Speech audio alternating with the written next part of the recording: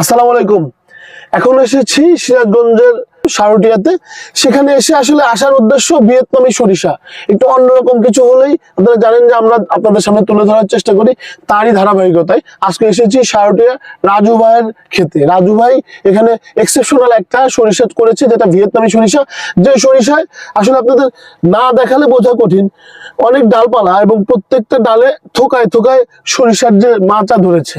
এবং এই কথা বলবো যে এই ভিয়েতনামি সরিষা যে আমাদের এলাকায় চাষ করেছে রাজু ভাইয়ের সাথে। রাজু ভাই আসসালামু আলাইকুম। ওয়ালাইকুম আসসালাম। এই যে ভিয়েতনামি সরিষা, একটু অন্যরকম সরিষা, এর মাথা থেকে কেমন করে আসলো যে এই কাজটা আপনি করবেন? আমি ইন্টারনেটে দেখলাম ইউটিউব থেকে যে একটা গাছে থোকা থোকা সরিষা ধরে আছে এবং সেটা ওনারা বলছে যে ভিয়েতনামি সরিষা, স্পেসিফিক কোনো নাম নাই। তো আমার গাছগুলো দেখে পছন্দ হলো এবং মনে হলো যে এর ফলন অনেক বেশি। ওনারাও বললো যে 12 মনের মতো প্রতি বিঘাতে আসবে। তো আমার দেখে পছন্দ হওয়ার পরে আমি ইন্টারনেটে কুড়িগ্রামের এক লোকের কাছ থেকে 100 গ্রাম বীজ 600 টাকাতে কিনলাম। 100 গ্রাম 600 টাকা? জি, মানে 6000 টাকা কেজি। আচ্ছা আচ্ছা। তো কেনার উদ্দেশ্য যে আমি নতুন জাতটা আনি, যদি ভালো ফলাফল হয় আমার কাছ থেকে এলাকার লোকজন বীজ নিবে, সেখানে তারা ভালো অধিক ফসল ঘরে তুলবে। দেশি সরিষা যেখানে 4 মন, 4.5 মন বা 5 মন হয়, সেখানে আমারটা যদি 10 মন বা 12 মন হয়, তাহলে ডবলেরও বেশি একটু, তাহলে কেন এটা করবে না?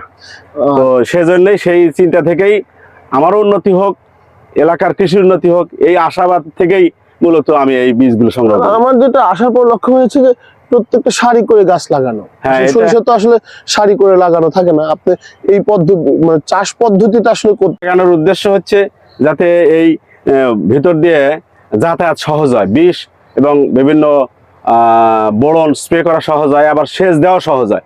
এই চিন্তা থেকেই মূলত নিজে নিজের সারি করে এবং মাটি বেডের মতো, কপির বেডের মতো বেড করে তারপরে একটা একটা করে গেড়ে 3 ফুট পর পর একটা করে সরিষা বীজ দেওয়া হয়েছে। আচ্ছা আচ্ছা। আর এইটা আপনি তো শুধু এই সরিষা না, অনেক ধরনের নতুন কিছু নিয়ে কাজ করেন আমি জানি। এর আগে মেবি 3 ফল করার চেষ্টা করেছেন। হ্যাঁ, আমি অনেক নতুন যা আমি ইন্টারনেটে দেখি সবগুলোই করার চেষ্টা করি। আমি ধরো এখানে এলাকায় আগে রঙিন ফুলকপি ছিল না, আমি এটা করেছি। তারপরে ব্রোকলি, সেটা করেছি। তারপরে এই সরিষা আনলাম, ব্ল্যাক রাইস করেছি।